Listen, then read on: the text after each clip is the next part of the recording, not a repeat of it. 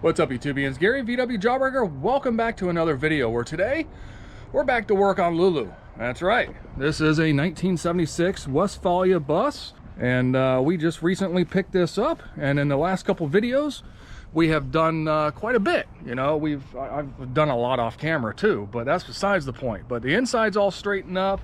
You know, we redid some wiring, added some solar batteries. You know, the nice Life Pro 4 batteries. Today, well, we got a little bit more to do.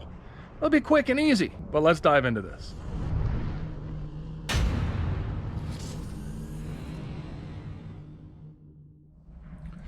Well, if you remember in some of the previous videos, we had a hard time starting this bus, and that was due to this right here.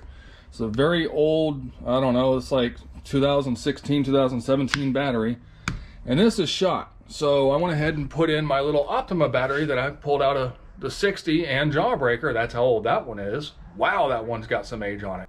But we pulled that one out and I put it in the bus, and it's got about 6 years on it. It's weak. So I picked up a different battery. That's right, we're gonna go ahead and replace the battery in the Westfalia bus. So let's dive into that. So here we have a battery from WEIZE, and we'll go ahead and get this thing unboxed real quick and we'll show you what we got.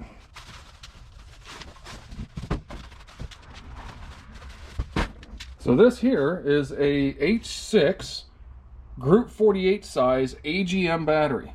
So why AGM battery? Well, a while back we put in some lithium start batteries in the 60 and Jawbreaker, and you guys were complaining how expensive that was. Yeah, they're not cheap. AGM batteries, much better priced, especially for what you get. So why AGM over a lead acid? AGM battery is going to do better in high heat situations. I live in Florida, and this is in the engine compartment of a bus. So that's a win. Better impact rating for, God forbid, something happens. Not to mention an AGM battery, it's going to last at least twice as long as a regular flooded lead acid battery. It's kind of a win-win. So we're going to go ahead and get you set up. I'm going to go ahead and get this puppy slapped into the bus. And yeah, excited not to have to use a jump box anymore. So let me get you set up. And let's get this thing installed. Oh, we also have to fix some wiring and put some new terminals on, but that's besides the point. Volkswagen, it's always a project.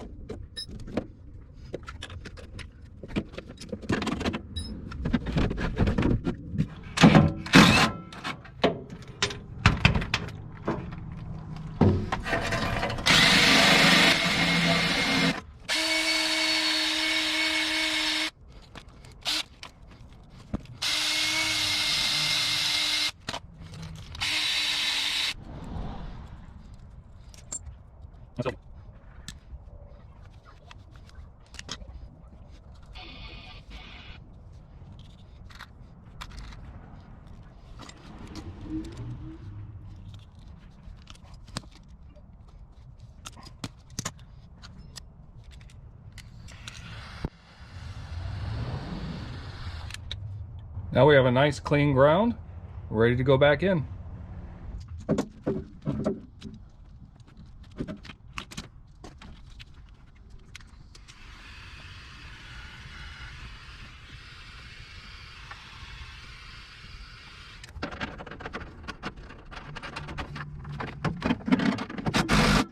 All right, that wasn't too bad. So we've got terminals replaced on the positive side, and we've also got the grounding point cleaned up, new terminal on the negative side. And you're probably asking yourself, why are you doing it that way? It's because I want to, and it's my bus.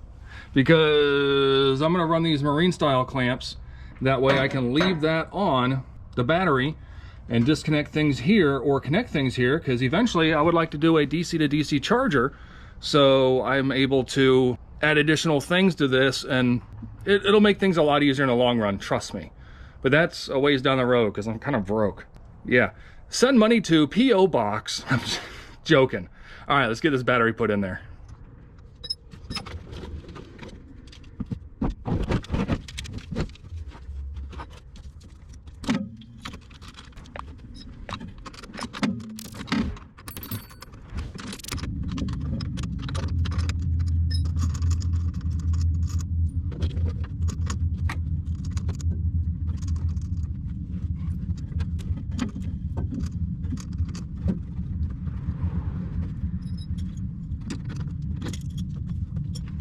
Now, anytime you're installing a battery, always make sure you do the positive first.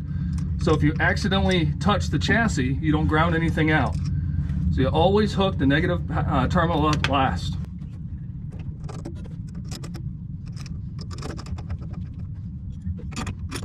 All right, there we go. That was very simple and painless. Yes, I need to still add some kind of strap to hold the battery down. This bus doesn't like to have straps or hold downs. So there we go. We've got that big old honking battery back there, still more room to fit. So if you're wondering what size you can fit in your bay window bus, there you go. Terminals are snug, everything's snug. The only thing left to do now is go ahead and fire it up and see how this new battery does. I have a feeling it's going to do better than this old Optima that was in there, because I'm sitting there looking now and you can see that it's leaking some acid on top. So I went ahead and threw some treatment in there as well, just to be safe. But all right, cold start. Yeah, let's try that. All right, watch your hands, fire in the hole.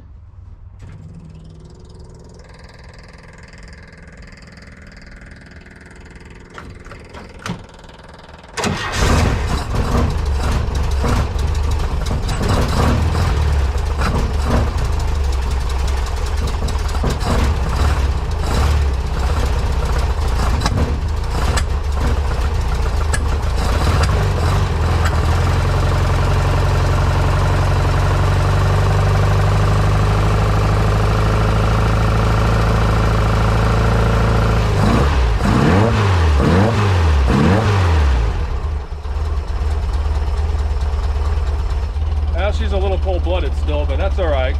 So am I. All right, let's go ahead and hook the voltmeter up and make sure we're still charging. I mean, why wouldn't we be? But wouldn't hurt to double check. We'll go ahead and throw meter on there. Go ahead and throw a negative on the negative. Throw positive on the positive. There we go. Very nice.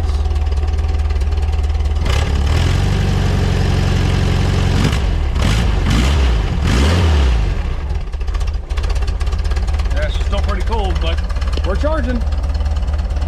Man, that starts nice. And we went from 590 cold cranking amps on the old battery to 760 cold cranking amps on this one.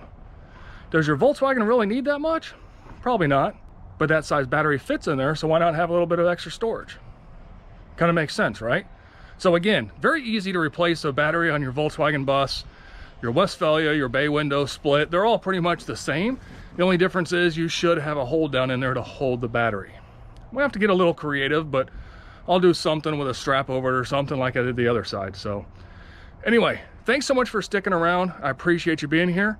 And thank you to WEIZE for sending out that battery. I appreciate their support and their trust in me and their brand.